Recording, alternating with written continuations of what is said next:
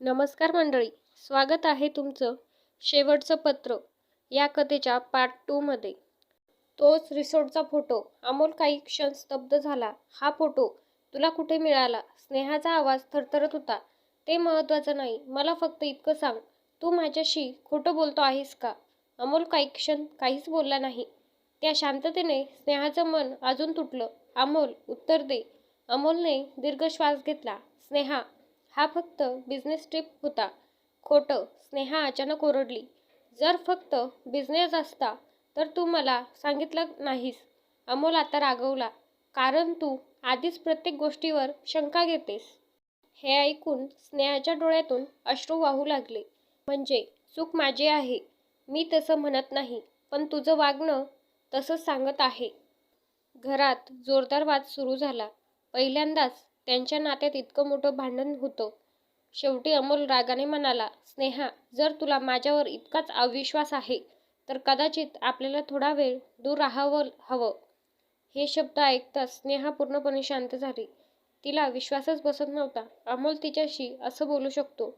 तिने हळू आवाजात विचारलं, तुला खरंच माझ्यापासून दूर राहायचं आहे? अमोल काहीच बोलला नाही. तो फक्त शांत उभा राहिला आणि शांततेनेच सगळं उत्तर दिलं. त्या रात्री स्नेहा संपूर्ण रात्र जागी होती. तिच्या डोळ्यासमोर त्यांच्या प्रेमाचे सगळे क्षण फिरत होते. त्यांची पहिली भेट, पहिली कॉफी, त्यांचं लग्न.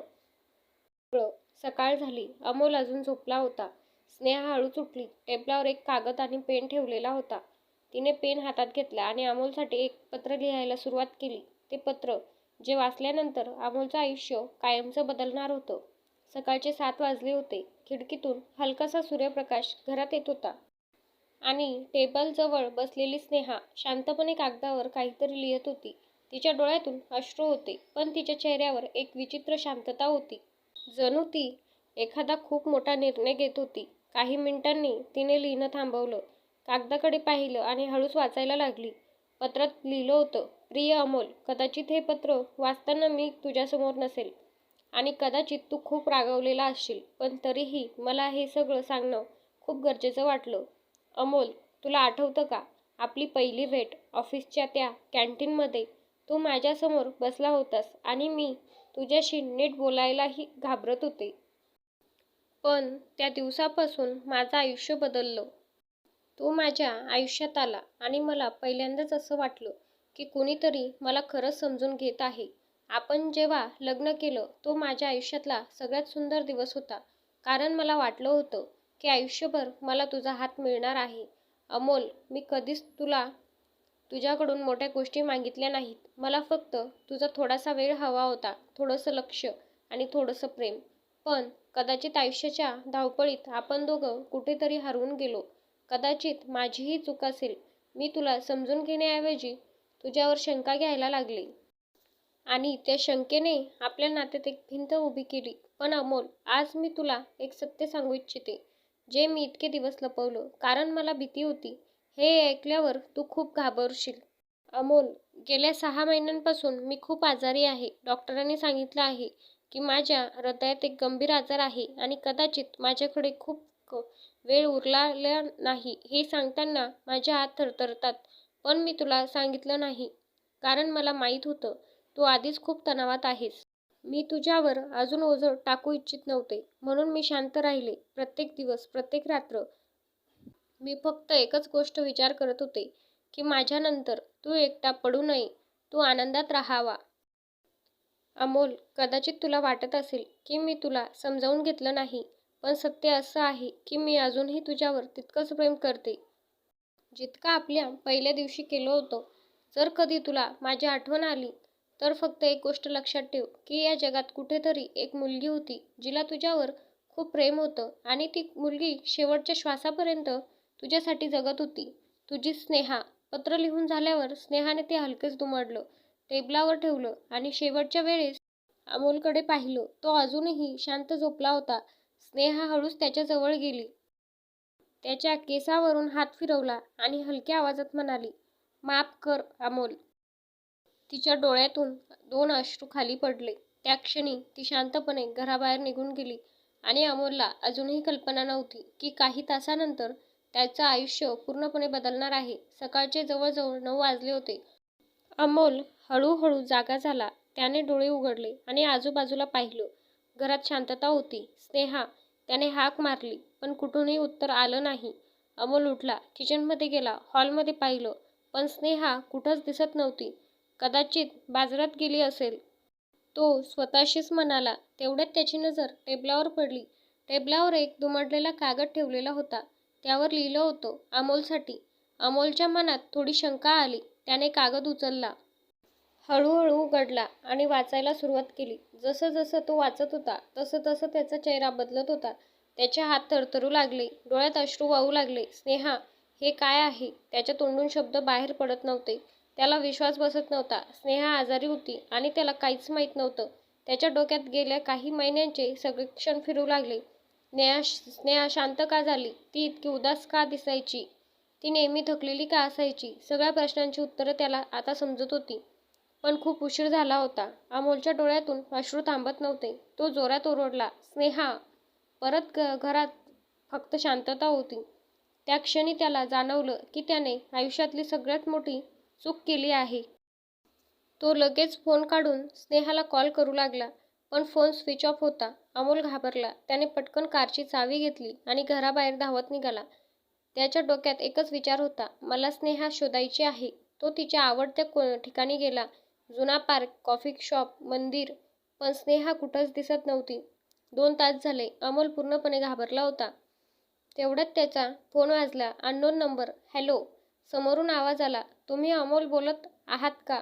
हो, कोण बोलतंय? मी सिटी हॉस्पिटलमधून बोलतो आहे. अमोलचं हृदय जोरजोरात धडधडायला लागलं.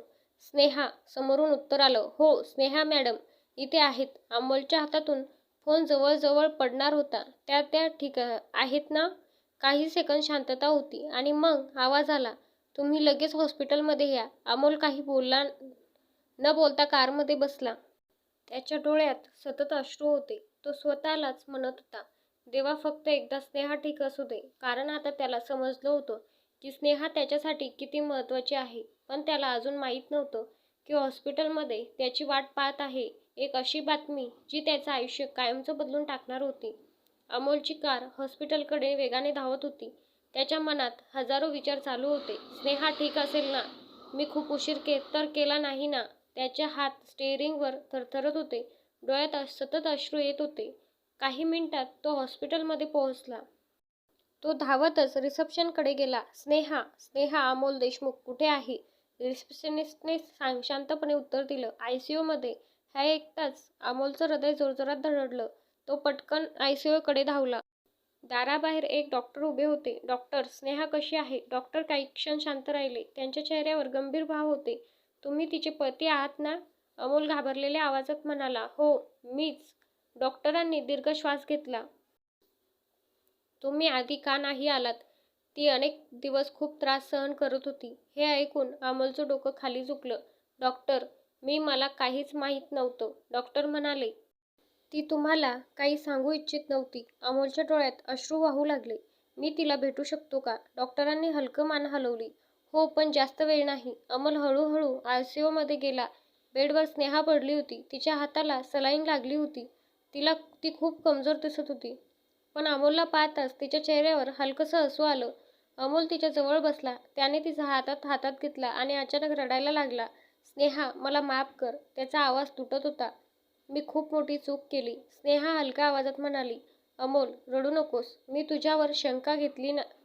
मी तुला एकटं सोडलं. स्नेहाने हलकं डोकं हलवलं. नाही अमोल, चूक दोघांची होती.